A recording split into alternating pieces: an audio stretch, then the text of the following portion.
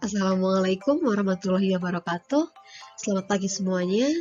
Selamat bertemu kembali pada materi prakarya dan kewirausahaan kelas 11 semester 2. Kalau pada semester 1, kita pelajari mengenai bab kerajinan.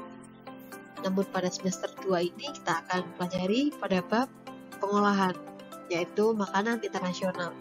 Dan materi kita hari ini adalah perencanaan usaha makanan internasional.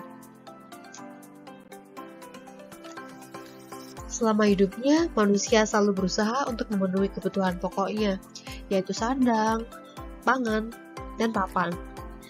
Nah, dalam upaya untuk memenuhi kebutuhan akan makanan, manusia mengerahkan kemampuannya untuk memanfaatkan bahan makanan nabati dan hewani dari lingkungan sekitarnya menjadi berbagai jenis masakan dengan cita rasa tinggi. Tuhan telah menciptakan manusia dari berbagai bangsa, sehingga muncullah berbagai jenis masakan. Di mana pada awalnya, berbagai jenis masakan ini hanya bisa dinikmati di negara asalnya saja. Namun, berkat kemajuan teknologi, manusia tidak lagi hanya beraktivitas di satu tempat.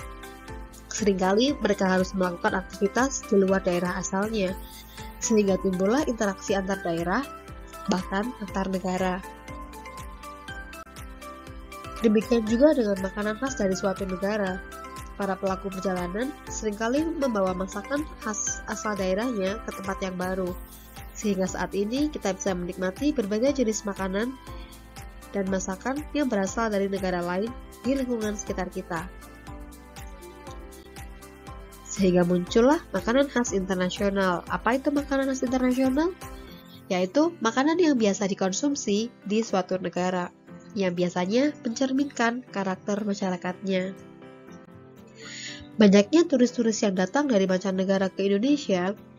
Bagi yang suka memasak, hal ini menciptakan peluang yang sangat besar untuk membuat usaha makanan internasional. Banyak jenis makanan internasional yang dapat dijadikan peluang usaha. Indonesia kaya akan berbagai jenis bahan pangan, baik nabati maupun hewani. Hal itu dapat dimanfaatkan untuk membuat berbagai jenis makanan internasional, baik yang asli maupun yang sudah dimodifikasi, supaya sesuai dengan lidah masyarakat Indonesia, atau menjadi jenis masakan baru yang membuat penasaran bagi turis asal negara lain. Nah, di era globalisasi ini, tentu peluang usaha makanan internasional terbuka cukup lebar, sehingga pastikan kalian ketahui kira-kira di daerah kalian, usaha apa sih tentang makanan internasional yang bisa kalian buka? Namun sebelumnya, silakan kalian latihan soal sebagai berikut.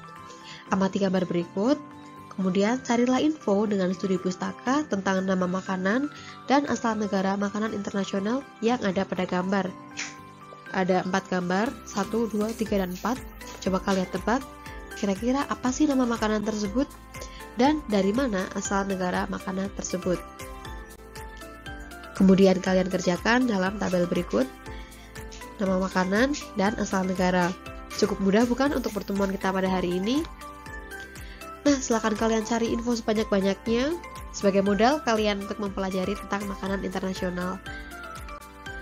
Nah, terima kasih bagi yang sudah menyimak. Minggu depan akan kita pelajari mengenai ide dan peluang usaha makanan internasional.